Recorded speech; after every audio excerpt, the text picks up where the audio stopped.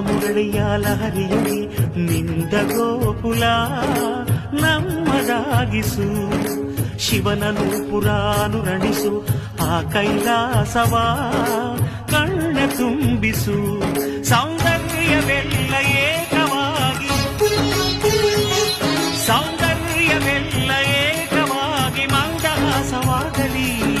ಬಿರಿದ ಎದೆಯ ಬೆಸೆಯಲಿ ನಿನ್ನ ಪ್ರತಿಭೆ ಕಿರಣಲಿ. ಅಳುವ ಆತ್ಮ ಅರಳಲಿ. ಅನಂತ ಅನಂತ ಸುಖದ ತರಂಗ ಮೃದಂಗ ನುಡಿಸು.